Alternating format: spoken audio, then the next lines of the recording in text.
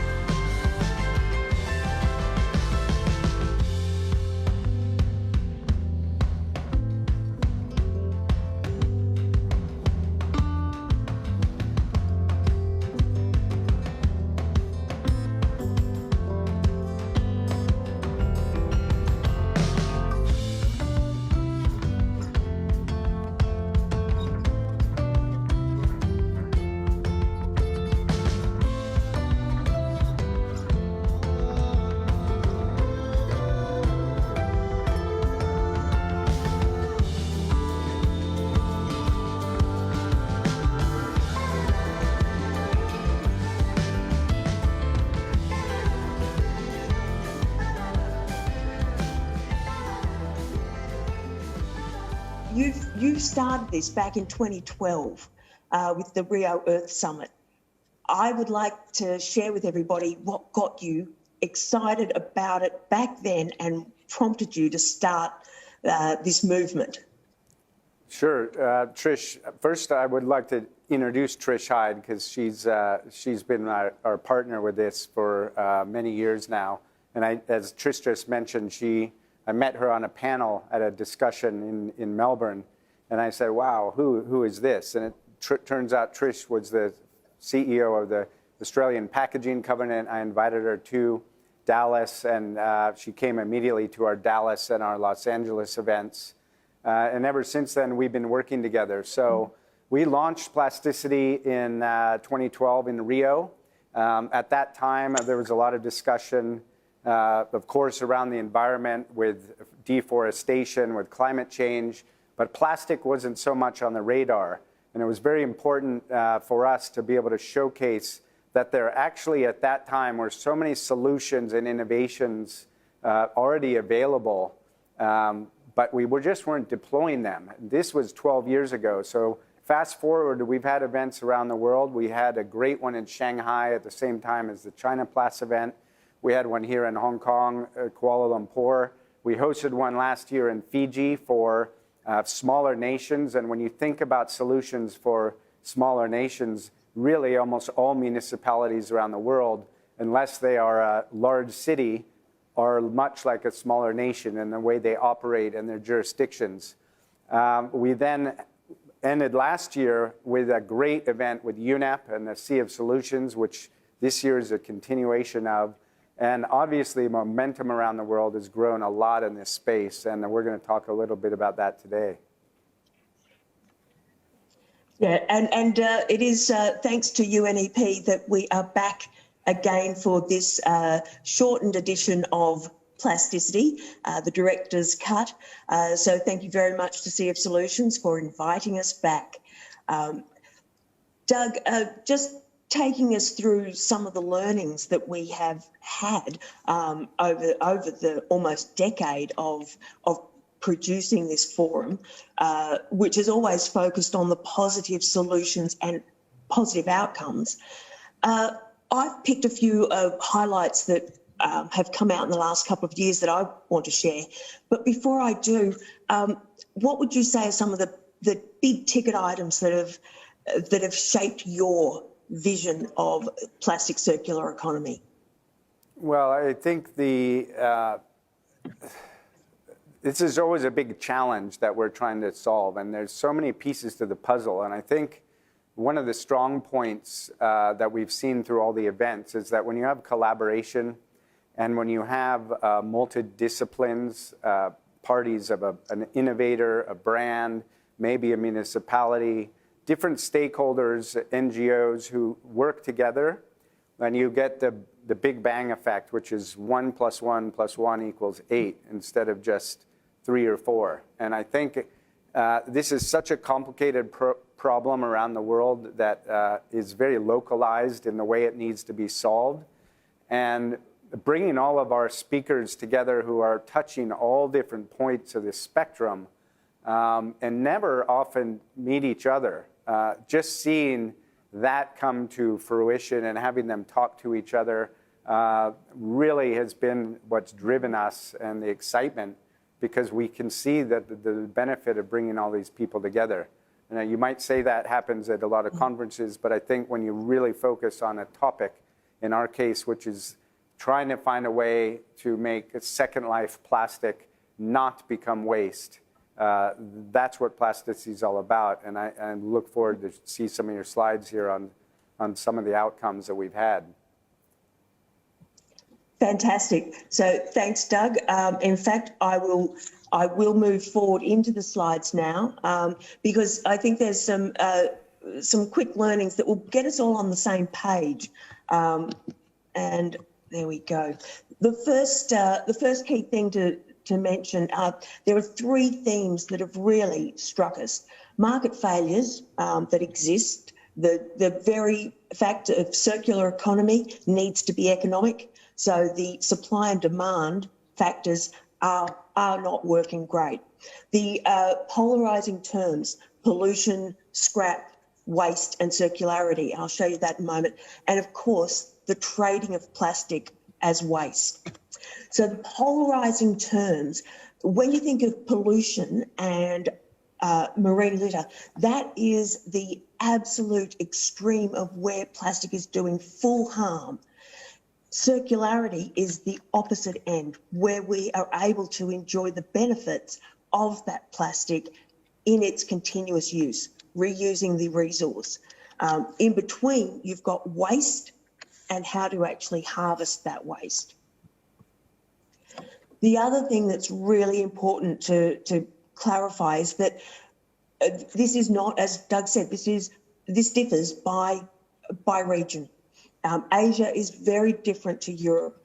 The global north with its great infrastructure, that doesn't play out in Asia. So you can't necessarily do like-for-like comparisons. This, I would encourage anyone who is interested in Asia waste streams to check out GA Circular's report on PET, because essentially what they found is even PET, the most valuable plastic that we have for recovery, is still leaking to the environment or landfill, which ends up being environment, at excessive rates. So 40-something%, 48% I think it is, that actually is not recovered. That's really staggering and should be corrected with circularity. The key issues around trading. Since we no longer, we're shutting down the borders more formally with Basel, that we also need to actually think about how do we move plastic? How do we, when someone has textile industry and someone else has recovered PET, how do you make that trade flow in a new future? And this is what it all boils down to, supply and demand. How do you get that equilibrium that will actually create what we need for circularity? And I've just done that very brief run through because I want to give everyone a starting point of where we are on this journey before we start tackling some of the big ones. I think the first one, and Doug, I'll throw to you in a moment, the first one is really the market demand is shifting. And that is causing a market correction. Where we had a lack of demand leading to plastic having no value, commitments made by corporates is actually changing that dynamic. And just for that, Doug, I know that you've done some research on the commitments, and then we'll flow into some more detailed line items, particularly on the 2020 reporting of targets and actual performance to those targets. But Doug, do you want to take us through the work that you've done here? Right. So, Trish, to your point about the supply and demand, I think it's important for everyone to really realize that the world has changed a lot in the last few years. When China banned plastic imports, many other countries followed suit. That then came with the period we have now with low oil prices, low demand for any recycled content, which means all the prices have dropped.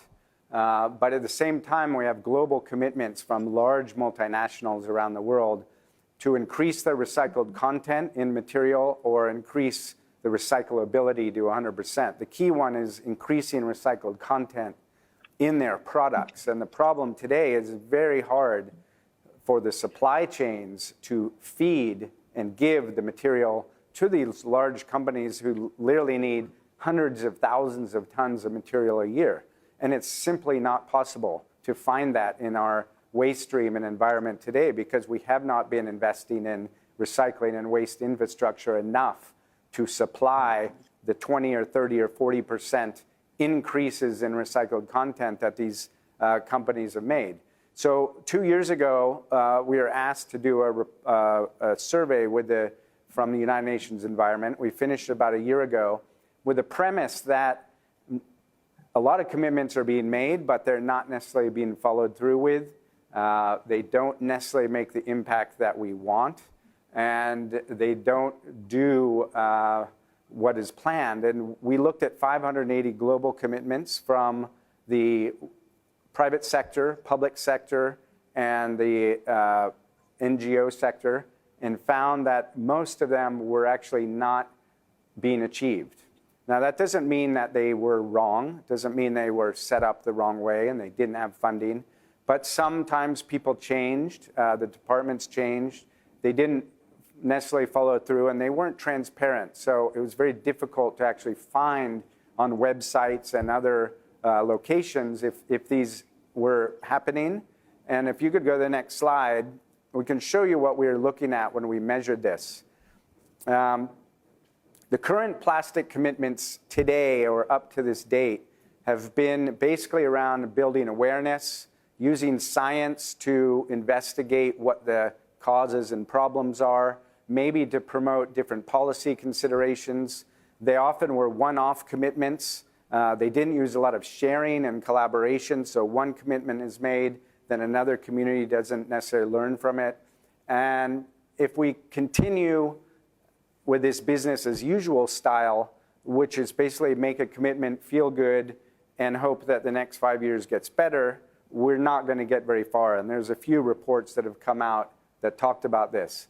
But version 2.0 and the commitments that we have with a scorecard and a toolkit, we really look at how we drive action and scale, how we can replicate these kind of programs.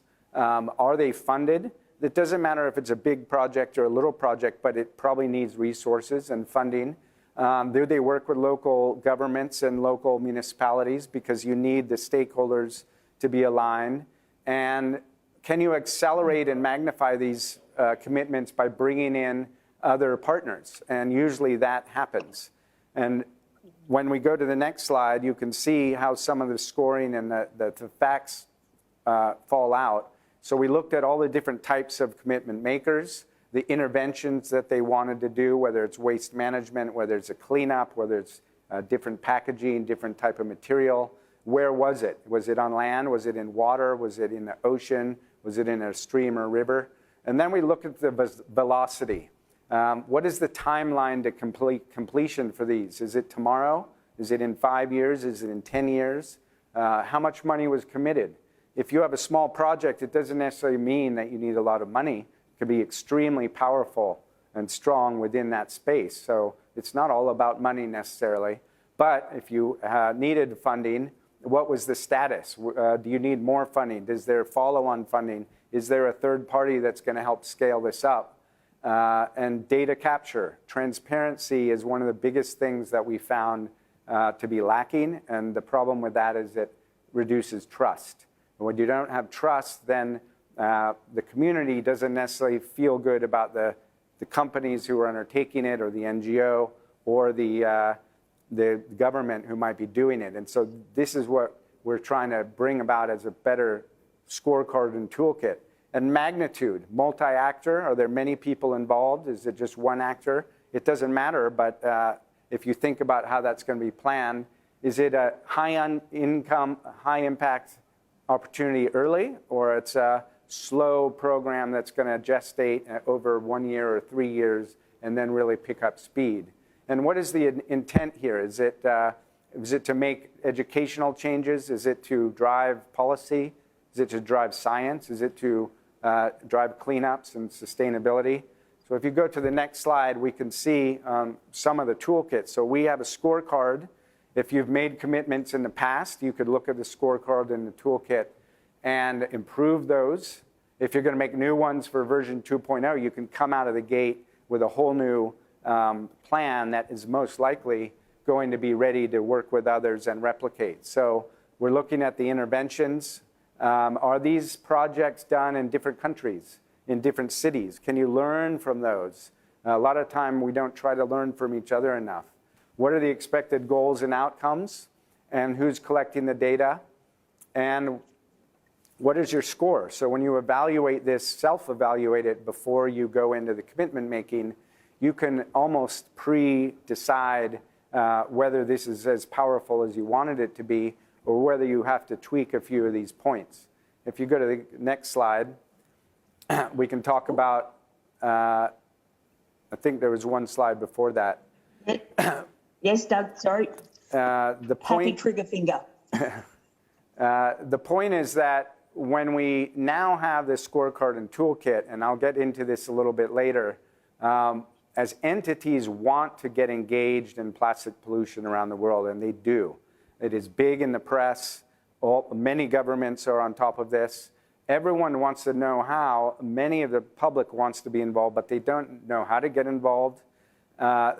We've created a new program, and I'll talk about the Commitment Accelerator for Plastic Pollution, to engage and incubate some of these commitments to make them better.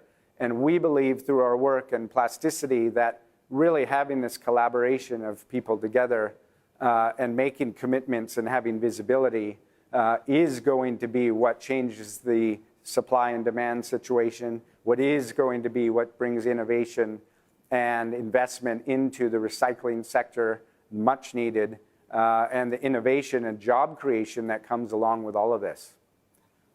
Thank you, Trish. Thanks, Doug. And one of the key aspects there about these commitments is that they are based on business need. So they're not going to go away quickly. Trust is the #1 sales factor. If brands lose the trust of their customers, they lose sales. And for 71% of people, brand trust equals their environmental impact. So this is really playing out to be an important factor for us in these commitments and why they exist and will continue. It's also interesting to note that from the investment world, plastic and climate change top the ESG risk charts. So it is up there for even the money flowing into businesses. There is a lot at stake.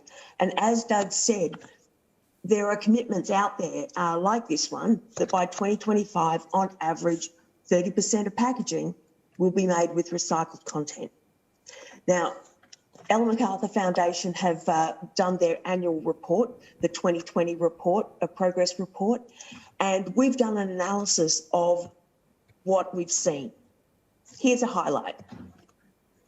So I will start with the caveat that this is best endeavours done based on the information that we had at hand. And if you wanted to make your own inquiries, please do. There is data there.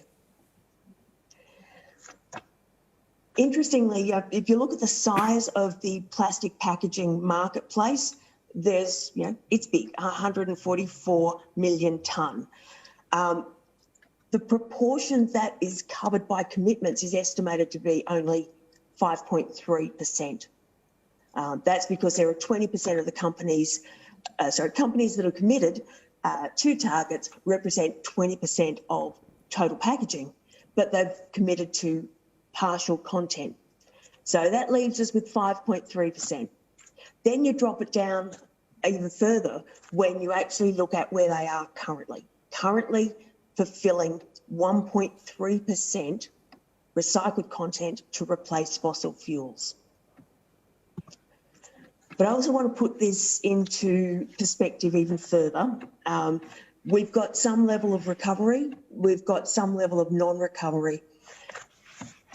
But when we look at the big brands and we say, oh, well, they're big plastic users, remember that there are 1 million businesses roughly globally that face consumers and use packaging.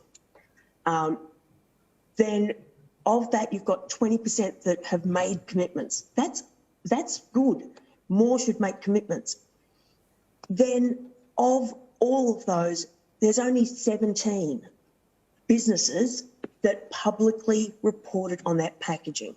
That's 6.7% of the mass, which I really want to stress, I can't stress this enough, the fact that they're disclosing this information is a positive, and certainly nothing to be used as a stick against a corporate. But it does give us some good information. So very, very briefly, we've got a very long tail. That's the first thing to recognise. There are some big players and they're the names that you know, but the tail goes on and on infinitum. They all have targets and they're all at different stages in their fulfilment. So here you can see that, Danone having a 50% target, but having achieved 22% against that target is actually a really big positive, even though Coca-Cola with a smaller target are closer to reaching it. So just comparing one number to another is not always going to work in that comparison. You need more under the hood. And equally, this one I love because there's some, the statistics show the picture. If you've got a 15% target or a 5% target, the actual direction or performance against that target makes a big difference as well. And so, some companies are stretching higher and other companies are delivering earlier in their commitments. Here's this portrayed out across the cohort. You can see that the extremes of the pink line, these are really about where the commitments exceed the average. So there's a lot of commitments around the norm, but then you've got Danone, Innocent Drink, L'Oreal, for example, that have all gone that little bit further. And Doug mentioned reusability and recyclability, and this to me is a really fascinating area, because when you look at the line here, the orange line, what you can see is that some companies, even with their use, have not actually necessarily got the recyclability right. There's still something that they need to be able to do. Yet, someone like Coca-Cola, who has a fairly, simple plastic line of PET, which is recyclable, are actually closer to the target than most. Innocent Drinks is also, PET based, so they have that same benefit of simple materials. And known non-recovery, this is where at the moment we know there's no solution for it. It's based on the data that we had in the report. So essentially it's looking at when you've got sachets, multi-layered plastics that we know are problems. And this highlights the need to work on those even more. And lastly, we talked about the market correction being that demand is being created. So to me, this shows that that is happening. The first two reports show 1.5 and 1.8 million tonne recovery, but the target over on the right actually shows that they've got a lot further to go.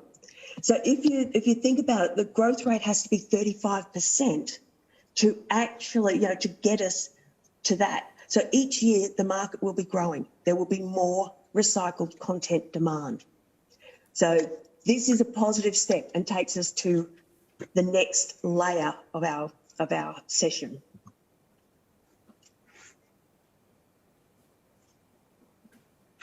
So when you've done the the commitment, you're out there, you're saying you're going to do something.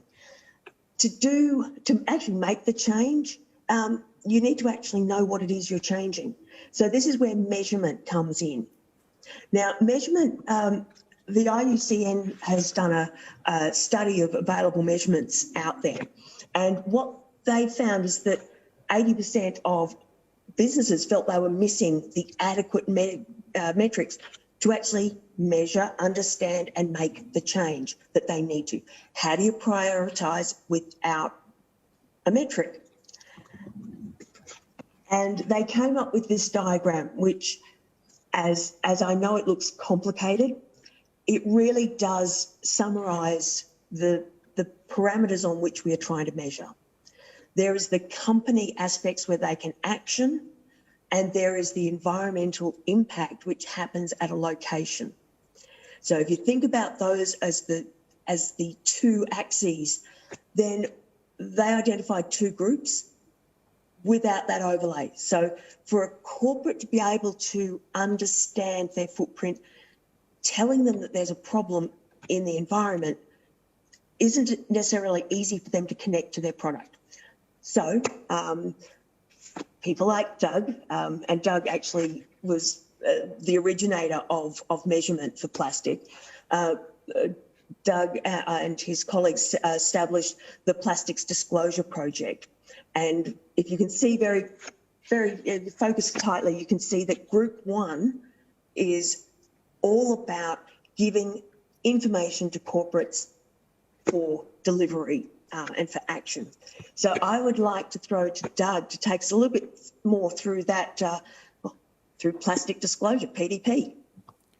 Right, thank you, Trish. So the Plastic Disclosure Project is very much like carbon reporting and water reporting. We launched this many years ago, and it was a bit too early for the market and the world to undertake. But now with the excitement in the circular economy and the interest to really make good on our commitments, you cannot manage if you don't measure what you have. And so if you've made a commitment for 5 years or 10 years out, you need to set a baseline measurement of what you're using, what you're recovering, and what you're recycling.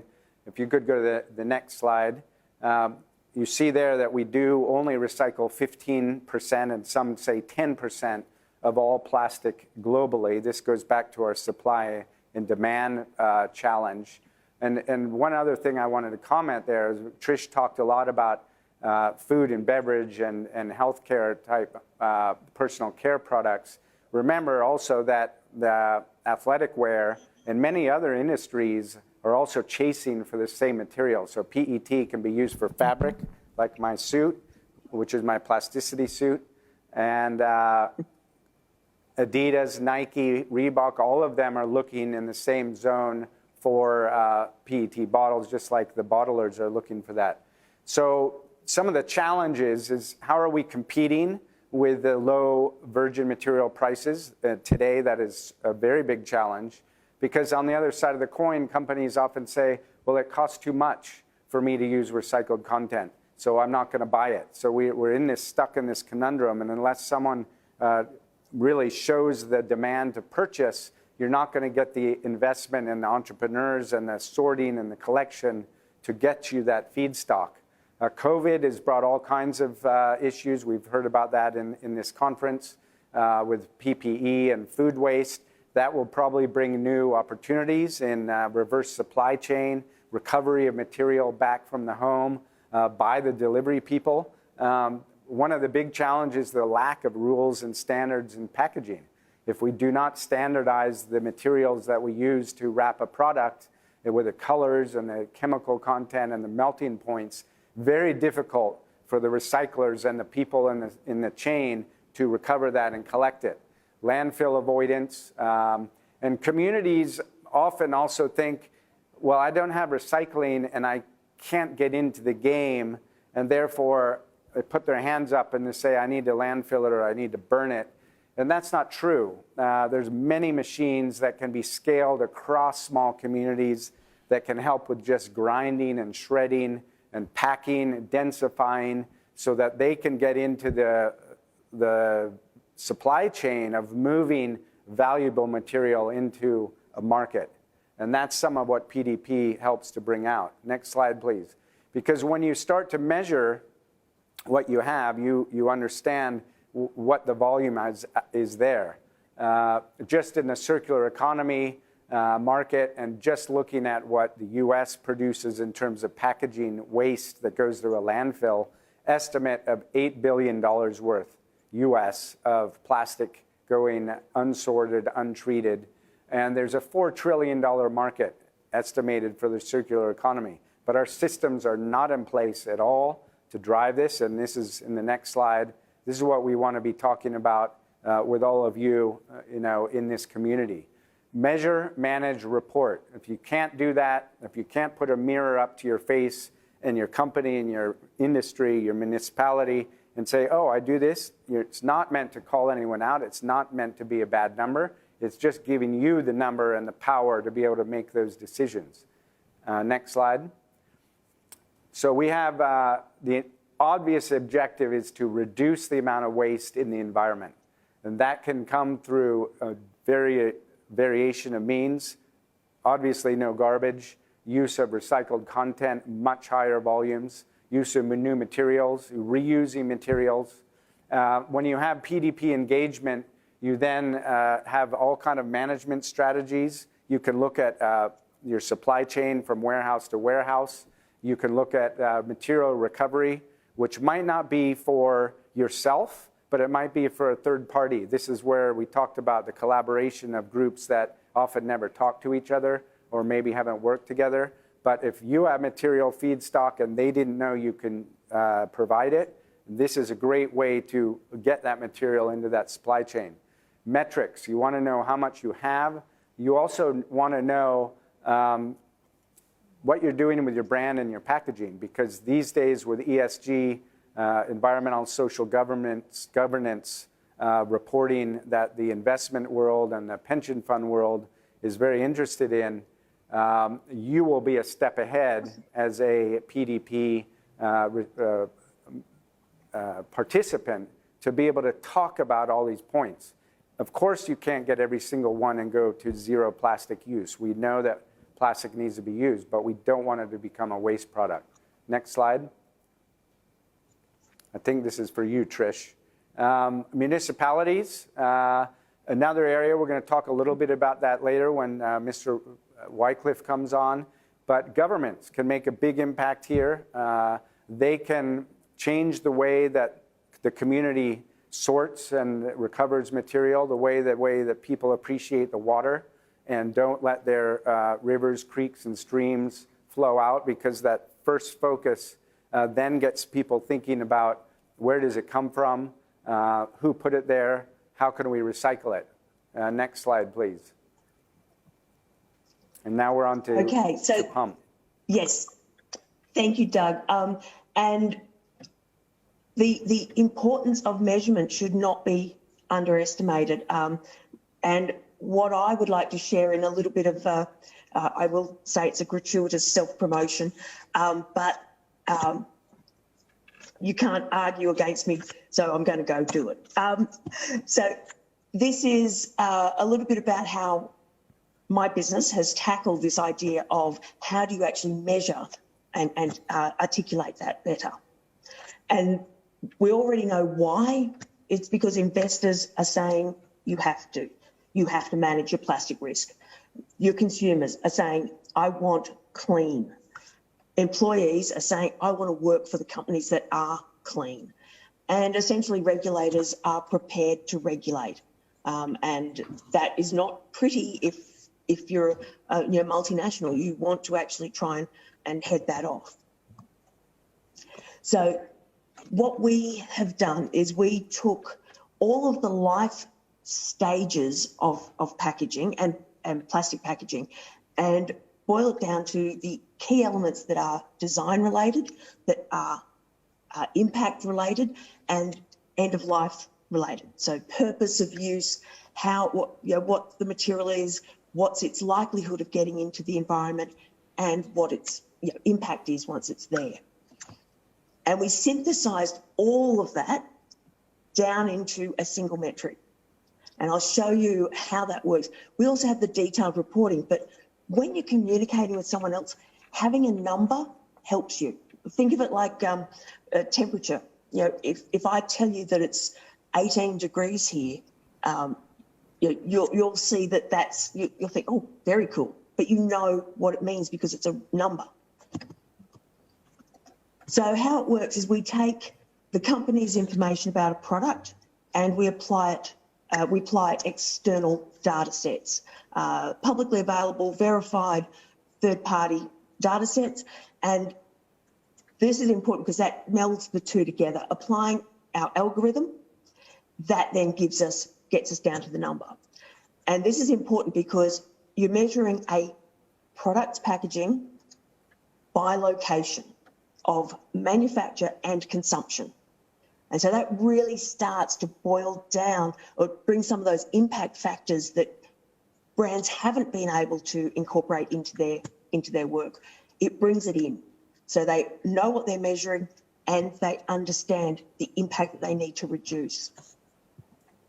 So quite simply, here's a project that we've done for a client, and it was all produce bags, comparing paper with recycled content with straight plastic with bio.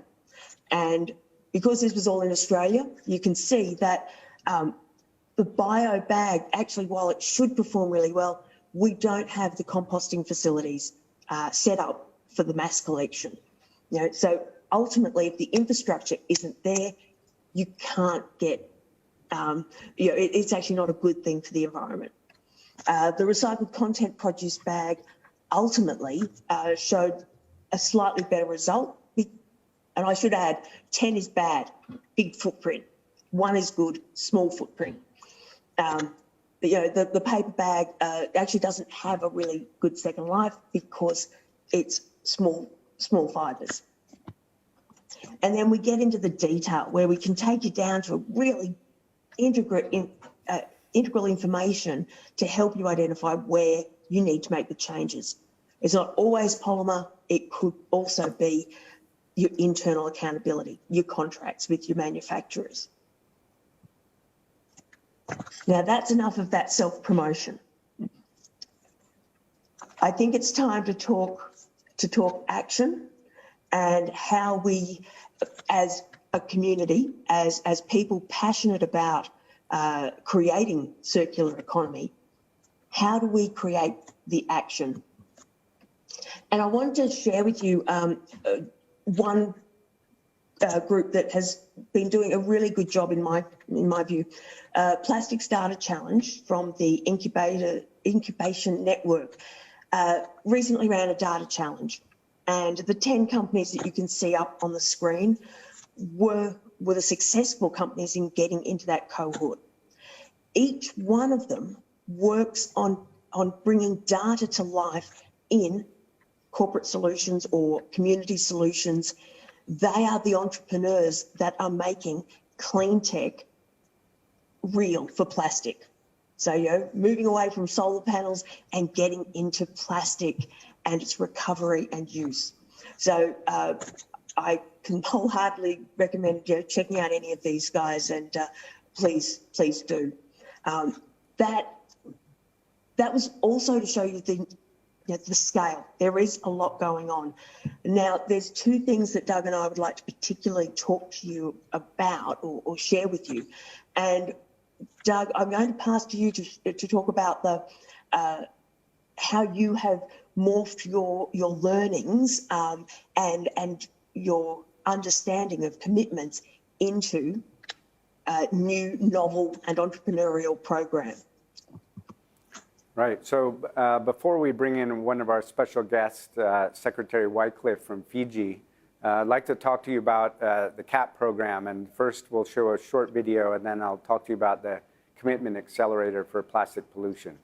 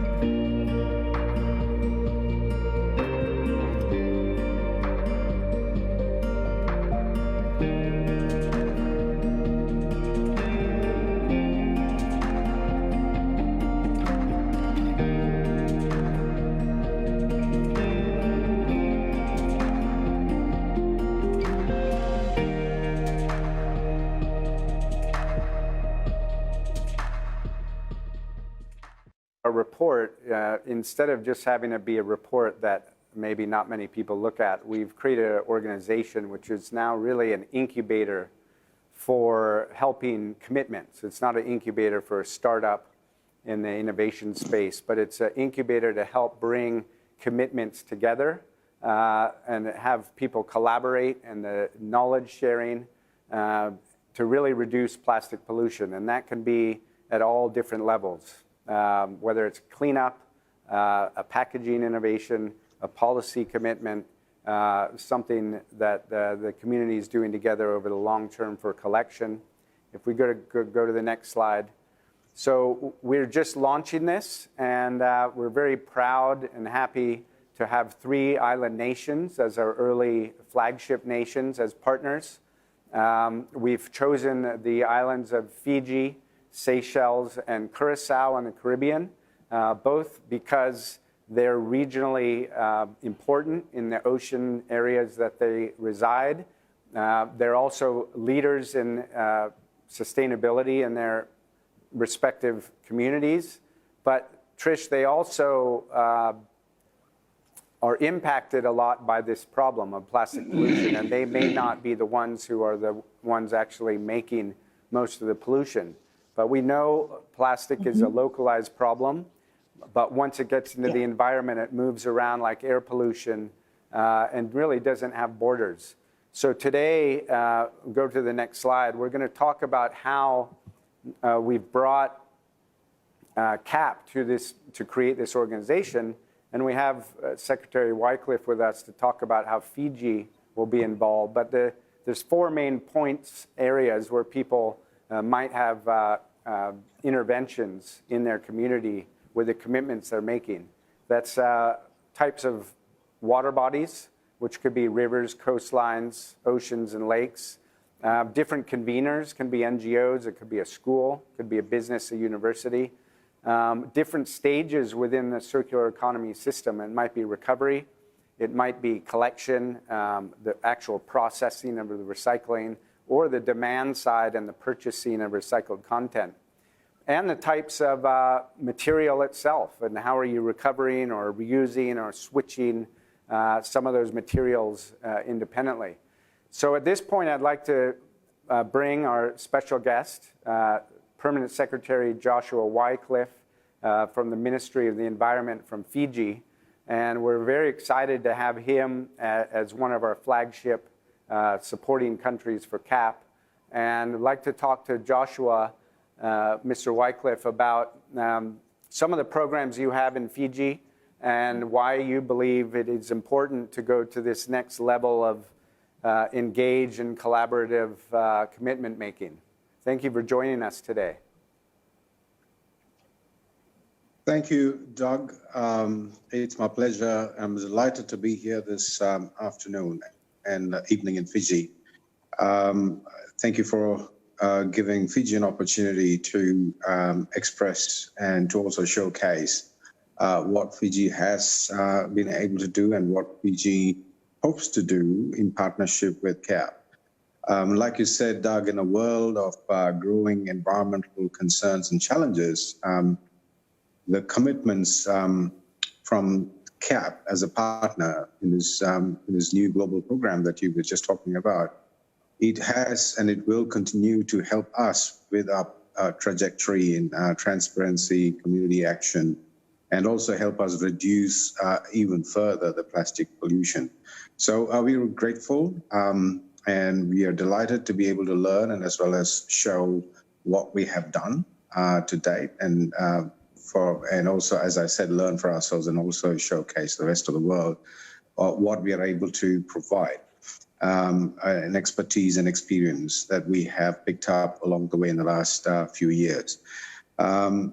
We also acknowledge that we are one among the first with flagship nations, and there is a further long way to go. But we as we launched, we committed to being able to be a strong supporter and work closely with the global team of experts from CAP and be able to better network and design our collaboration. So we're able to provide and receive support as well.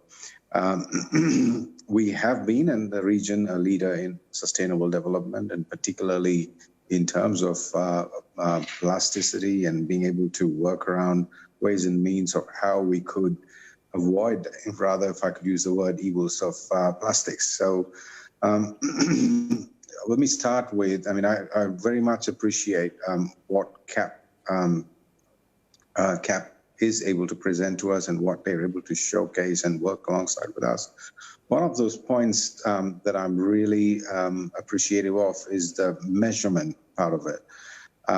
If you can't measure, you cannot manage. And if you cannot measure, obviously there can be no report. So the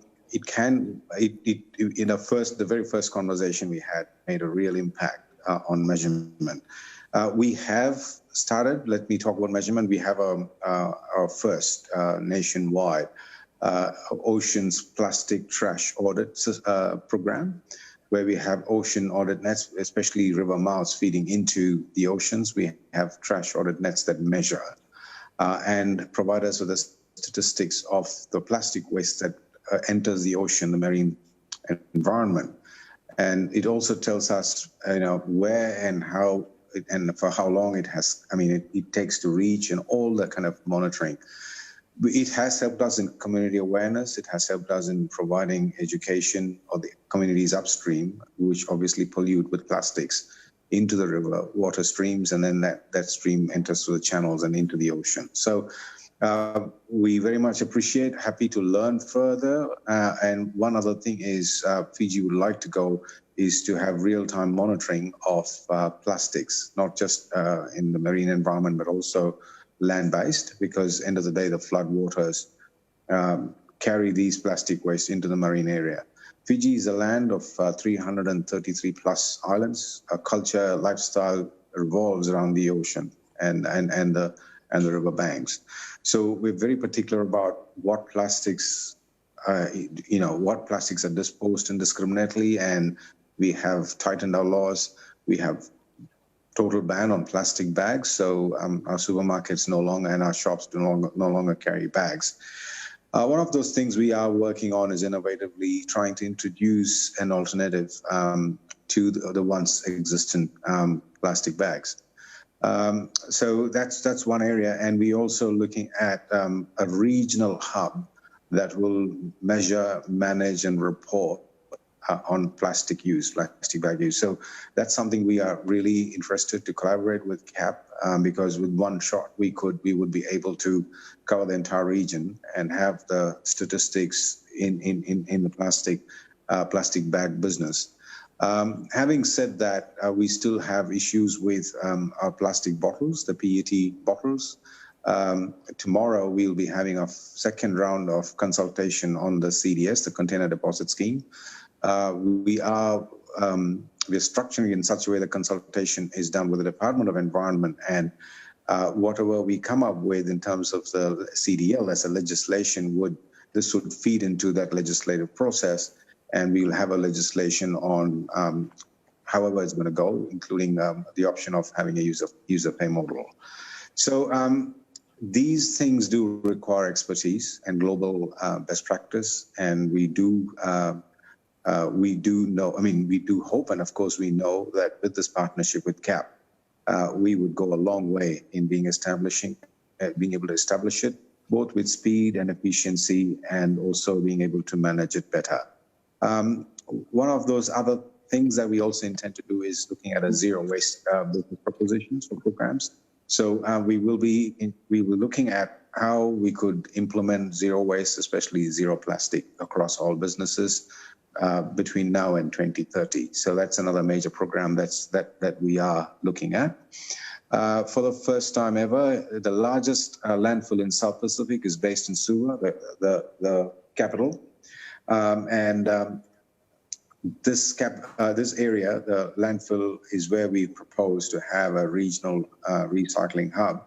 And at the same time, we also intend, we've already signed up on having an option to have a waste-to-energy plant put in place.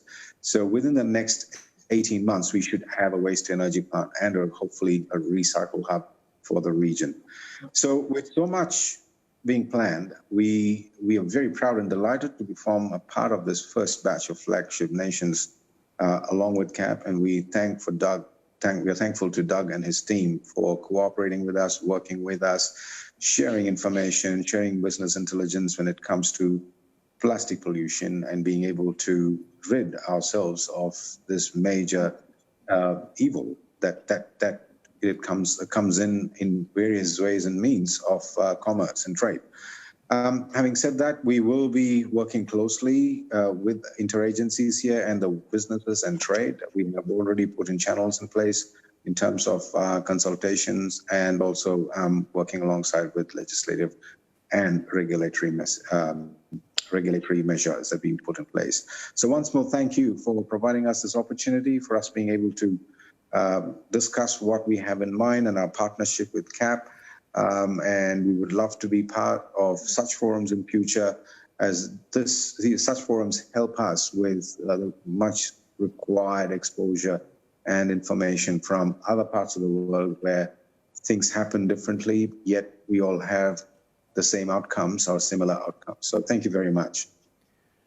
Thank you, Secretary Wycliffe. And we hosted Plasticity last year in Fiji. We went to the landfill you mentioned, and I think the exciting part here is that all of these changes that governments want and municipalities want really lead to opportunities, job creation, new innovation in the way that we do things, and we're very thankful for you bringing some of your team within Fiji to learn from us and work with us to go outward, to be able to work with the region, not just Fiji, but other countries around you and in the perimeter of these flagship nation areas, so that we can all really start working together and bring those innovations. So, Trish, I think that's a good segue for you and your guest. And Secretary Wycliffe will bring you back on for in just a few minutes for Q&A, if you can stay with us.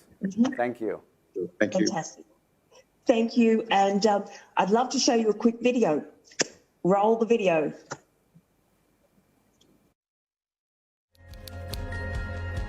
Brand owners have made major commitments to use recovered plastic.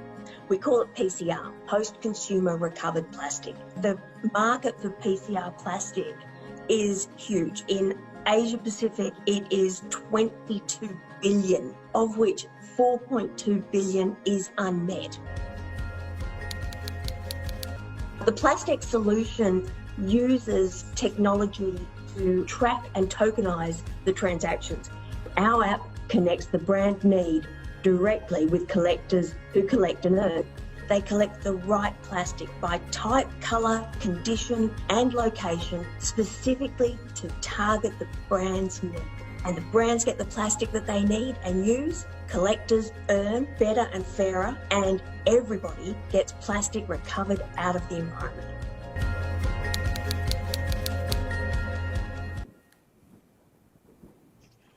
So that shows you a little video of a new program and pilot that we're going to share with you today. And it's based on the fact that we have supply chains that do have limitations on quality and the taint of child labour. So Plastex is all about a supply chain with traceability. So you've got a general ledger-based technology, digital platform that is matched with in-field physical traceability and programs to help people out of the poverty that they're living in with better income. So it's essentially a way for businesses to secure the supply that they're going to need for those commitments, but also to be able to delight customers. So selling into the UK or Australia, the ability to actually have a brand story that exceeds expectations of just doing what's right is pretty powerful. Now, this is the important thing, how it works, because I'm about to introduce you to the man on the ground, the man who makes this happen. We work with our in-country partner, Solaridad, and I'll come to that in a sec. And they've organised our collectors. We have we work in partnership, so we have 10 collectors in Noida in our pilot, and they're collecting PET, washed and without labels and without lids, specifically to order, and they're being paid a premium for that. They drop it off the hub, they get paid, and then we're getting that processed.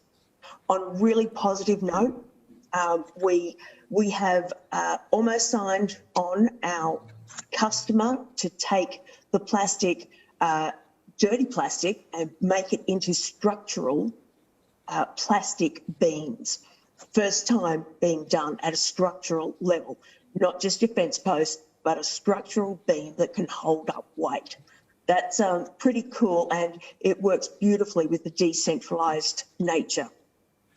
But I have gotten myself ahead, and we couldn't do any of this. The technology doesn't work unless you're in country, working with people and giving them that digital platform.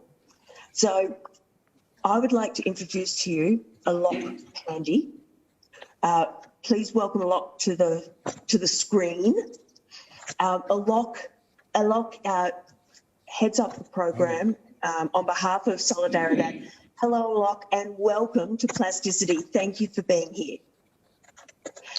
Hi, good morning, good afternoon, everyone. Thank you, Alok. I'd like to start with the most important question, I think, is Solaridad has a long history of doing human rights supply chains for commodities. What drew you to plastic? Please tell us a little bit about Solaridad and your new endeavours. Thank you, Trish, and thank you all the participants who are here in this meeting. I would like to thank all of you for giving me this opportunity to talk about Solaridad and the pilot that we are doing in India. Basically, Solaridad started in 1969 in Netherlands. We have our Secretariat there in Netherlands, and we are operating with 9 regional expertise centers, and out of them 1 center is in Asia. And since most of the programs are going on in India, so we have established a liaison office in India as well. Solaridad has been championing various issues related to supply chain, how to promote engagement of different stakeholders so that each of them can play their important role and ensure the supply chain with sustainability. So with this background, Solaridad is working, and as a solution oriented organization. We want to provide solution to the issues that are really causing concern for the society. Under various commodities we are operating. Sugarcane is one of the commodity under which we are also working, and I'm sure that most of you know that sugarcane juice is used to prepare plastic. So under our various interventions, we were just thinking about how to bring circularity in sugarcane. So we started with the using of bagasse. So bagasse is now being used by most of the sugar mills to generate power within the mill premise to supply the electricity to the people who are living in the campus, as well as to provide the electricity to the mill during the operational time. The rest of the energy they are selling to the government agencies or other buyers, and in slack season they are getting that much of electricity back as their bank or resource, you can say. So during that process, from last couple of months, we have been thinking about bringing circularity in the plastic area. One of our colleagues, Mr. Swan, has also written a book, 21 Recipe of Sugarcane. And I would like to, I can share that document with all of you. And one of the recipes is related to plastic. So, basis on this discussion and this issue, we were exploring to do something. And fortunately, we came to know about the plastics, and then we started a pilot in India with a very small size. But I am happy to share that the results are really very encouraging. And best thing that the people whom we call illiterate or unaware, they are now accessing and using the technologies. They have tablets with them. We organized programs to develop their capacities, orient them how to use technology in a very simple and very localized language.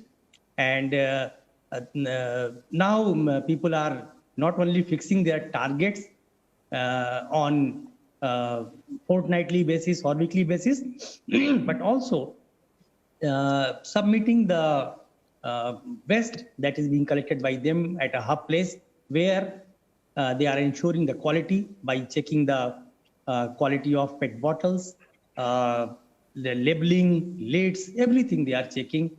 And we are looking forward. The learning I would like to share here, 3-4 key learning that are coming up from this pilot. One, people are really want to do something, especially in this COVID era, because livelihood is a bigger challenge. One of the biggest challenge is livelihood. So this pilot at least been able to provide employment or engagement or better option to at least 10 entrepreneurs. I will call them entrepreneurs because they are taking risk. They are coming out of their places. I know it's a very challenging time. Exposure is very risky, but you know the quality of, this is the skill of an entrepreneur, that he or she used to take risks. And that's why I'm calling them entrepreneurs. So these entrepreneurs are coming out. They are taking risks. They are collecting waste. Along with collection of waste, they are also making people aware that, see, the plastic that you are using or the bottles that you are using is of this quality, and how to segregate this plastic at your home. So this kind of message they are giving every morning to the people or to the community from where they are collecting waste, plastic waste. Second learning, people are really want to learn throughout their life. So it's a lifelong learning approach, I will say, because most of the waste collectors, they are having age of more than 28 or 30 years on an average. But after spending 30 years of their life, they are still willing to learn, and that is a new thing, technology. So it's really encouraging that, yes, women, especially women, whom we used to call that they are the housewives or housemakers, but now they are also coming up. And out of 10, I would be happy to share that 4 are women, and they are collecting more waste in comparison to the male folks. So it's again a kind of encouraging sign. There is a need to provide opportunity to the people, and they are ready to do something out of that. So this is the second learning. Third learning, I think the incentivization. Yes, incentivization is important, but this incentivization should be based on their work and their skill. So how to link skill, work with the incentive? I think this is again one of the needs of the hour. And finally, institutionalization. Because today Solaridad is there, some other organizations are there, but municipalities will remain forever because laws are there, legal backups are there. So how to link these waste collectors with the institutions who are anyways constitutionally responsible to provide the basic services like clean air, clean water, clean land to all the citizens who are living in their jurisdiction.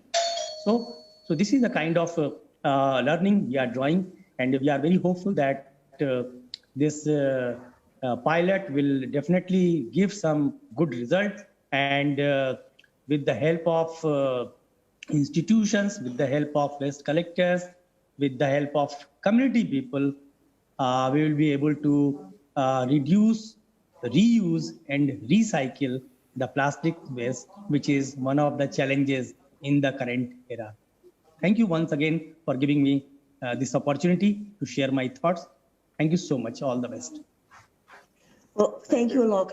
And some of the key things that Alok has brought out in this is that we're able to collect quality material to order, and it's bypassing the waste stream because it's being separated early. It's not going to the junk shop. It will go to the processor for processing and reuse. It's a demand-driven model. So by doing that, actually, that's the economics.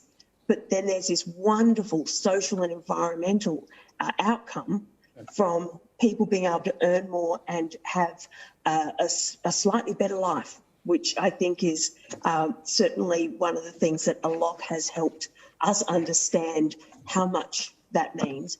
And of course, a cleaner environment. It's small, but it is working. And I know that we're actually short on time, and I do want to give some question time. But just to highlight the success, our 10 collectors, in I think it's about 33 days, Alok, they've collected 1,683 kilograms. So we're going to be hitting 2 ton very soon, and it's been rising week on week as they've gotten more familiar with the technology. And so well done, Alok. It's a great job. Thank you, Trish. Thank you so much. So it is now time to do a little recap and throw the floor open. I think for us, the key things that we wanted to share today were really around we know that there are market failures, and we know that there are problems in creating circular economy. But the level of commitments being made, and if more are made, then of course we're actually fixing one of those market failures, which is the demand aspect. If we can get demand, then we can pull supply through. We've also talked about the need to measure, what really is impact. We saw that with some of the data that came out of the 2020 report, where you can actually have low plastic usage, but if none of it's recyclable, then that is a problem. Just as if it could be that you're using a lot, but you actually are recyclable and you are using recycled content, that's actually a positive. And the third thing being that all of that is moot unless you actually have action on the ground. And Doug, I hope you don't mind me saying this, Doug's been doing this for a decade and he has been ahead of the curve. So certainly getting that action on the ground is critical. And then we've been joined by Joshua and Alok, who I really appreciate, because that shows you that action in reality. Doug, before we throw to question, and Alok, please stay around. Before we throw to questions, Doug, did you want to say a final word? Well, I think what you said at the end is the action part. I think we're all striving for actions and outcomes, and this is where the rubber hits the road, and the communities around the world are ready. I think the governments are ready. I think the corporates are ready. We just need to now bring them together in more, and it's a challenge. But I think as people start realizing that they can really work together and make these partnerships, that the outcomes will be huge. And a lot of opportunities in innovation and jobs and betterment of the environment will be a result. So thank you for sharing these ideas with us, Alok, and Secretary Wycliffe. And Trish, maybe we can get some questions. Yes, I think we should. Questions. So essentially, we have received a question that is pointing to the fact that plastic is inert and it itself doesn't create harm, and so wanting to bring forward that concept. I think that would be an absolutely. It's an important message that we do acknowledge that yes, there are plastic needs for plastic, and we have plastic in our daily lives. And I know, Joshua, you said it was evil, but in some respects, in surgery and the like, it does have a purpose. I think, Alan, the key is it's not that plastic doesn't have some value, it's that unless it's recovered and reused, it creates harm. That's what I think there. Essentially, the European nations don't really want compostable product packaging going into their organics. So while they will accept the green biodegradable bag, that's because they hope that you've got some vegetables and fruit in there to actually add nutrients. And look, this is an age-old problem. If the material, when it composts, doesn't enrich the compost itself, the biodegradable, then it doesn't actually have that next value. But I would actually like to ask Joshua, if you don't mind, I would really love your thoughts on that end of life, because it is quite complex when you've got different materials, biodegradable, home compostable, plastic that's PET versus plastic that's laminate. How do you see the importance of integrating that with the community's needs? How do they understand what to do with those different materials, and how will you use that or manage it within your recycling centre? Thank you, Trish. Just a clarification. Yeah, I did say evil. I should have used the word necessary evil. So it is a necessary in so many ways. So we call that a necessary evil. Great question, Trish. We're moving away from sorting facilities.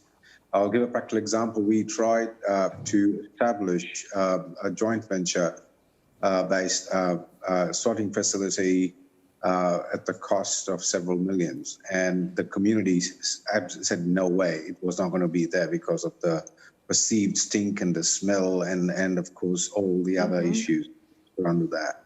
So we had to focus more on community education and awareness in terms of recycling. Now, Gone are the days where we were able to provide households with composting bins and asking them to do the composting. The municipal councils gifted them literally compost bins per household. But what we've done now is we've targeted. We've based on a hotspot model. We've classified 3 levels of waste measurement, waste of what they waste and how much they waste. So the typical hotspot in the top grade would be based on the amount of waste the community, let's say, community puts in or gets into the landfill. So what we do is we now provide waste community dumps in every community. So there are dump sites for compost, for green waste and kitchen waste only. So the education has, I'd rather say over 80 to 90% has worked, and we've still got a bit of way to go. But the community now is able to put the green waste and other bit into the community. I'm talking about rural communities, not the urban ones, not the greater Suva. Yeah. So at the origin, so you have all the compostable waste there, and then you get the inorganic waste that then comes to the landfill and, of course, into the recycling hub, the proposed recycling hub. For the urban waste, we have worked with the local council, municipal councils, where we have a model where you sort it at the origin again. So you got 2 bins, one with the compostable waste, the other one with what we call the plastic waste. So there are 2 runs. The first run from the council would go collecting the compostable waste. The second run would be for the plastics, like the bottles and things like that. Look, this is very basic. We're nowhere near where we could say we are successful. But like, I think it's these situations that CAP could come and perfect what we're already doing and work with us and share their knowledge and experience. Hope that answered your question, Trish.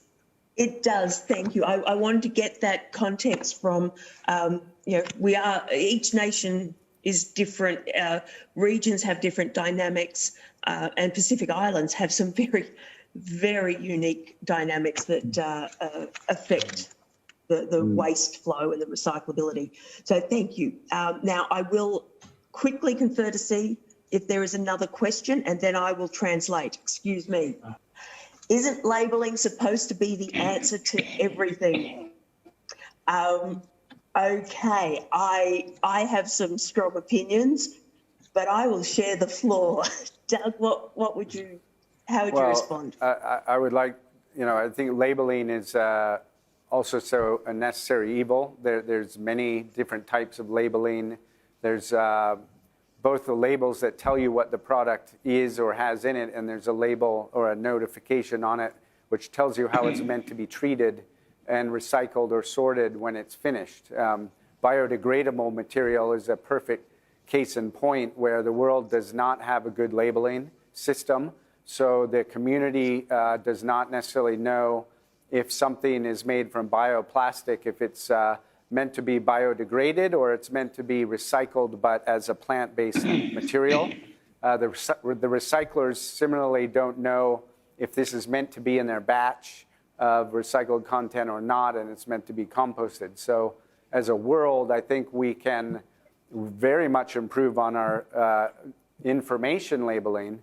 But having said that, there's a whole standardization of labels, and with glue and heat pressurized labels make it very, very difficult for many countries to recycle that material, the underlying material. So a standardization of the way we apply labels, the way we remove labels, and the ability to create easier sorting and differentiation between the materials on that package is very important. So labeling innovation and insight on information to the consumer and the recyclers is super important.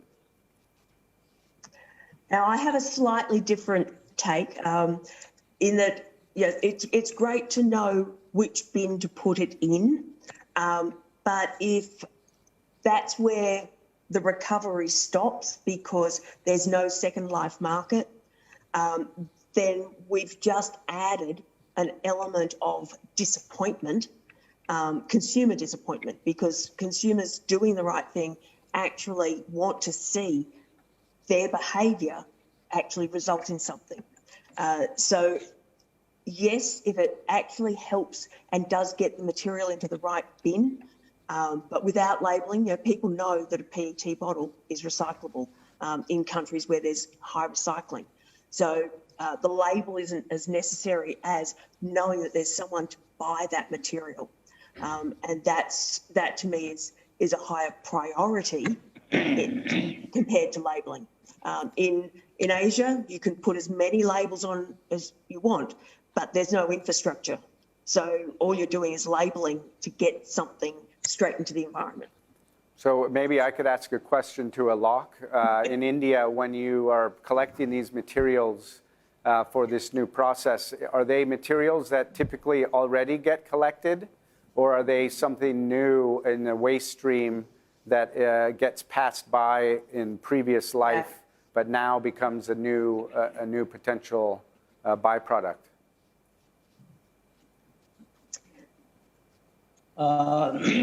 Doug, thank you, Doug. Basically, the process of collection is not a new thing.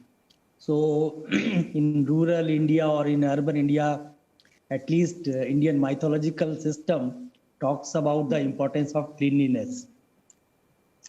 So it's not a new thing altogether, but in terms of urbanization and in terms I'm sorry to interrupt. I'm sorry to interrupt, Alok.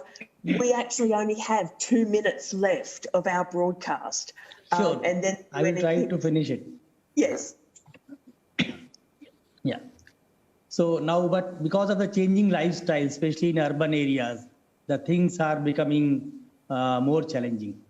So some of the municipalities, some of the non-government organizations also, basis of, because India has also made a commitment, and Ministry of Environment and Forest is really working to reduce the pollution that is being generated out of this packaging materials. So people are already engaged, but the kind of intention or the kind of support that is required, I think it's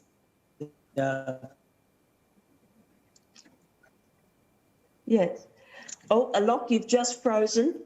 So just in the interest of 1 minute, Doug, the answer there is that yes, material is being collected, but it is not at the quality that it can be reused for packaging. There's still a great deal of leakage. So by collecting early, we get a better result. And so sorry, Alok, I don't know if you've rejoined, but we do need to wrap up. We've got our 60-second mark. So, Doug, can I throw to you and we can wrap up? Thank you very much, Alok and Secretary Wycliffe, for joining us today in Plasticity, the Director's Cut. Trish, thank you for hosting this with us, as usual. And everyone, we hope you have a very good UN Sea of Solutions event. And stay with us on Plasticity. We move around the world every year, whether it's virtual or real. Please get involved in some of our programs. And we hope that you had learned a little bit today and get inspired to be part of our team and change. Team meaning collective, all of us in different communities wanting to do this. So thank you, Trish. Maybe we can show our final video, and we'll see you at the next Plasticity. Fantastic. Thank you, everyone. Bye.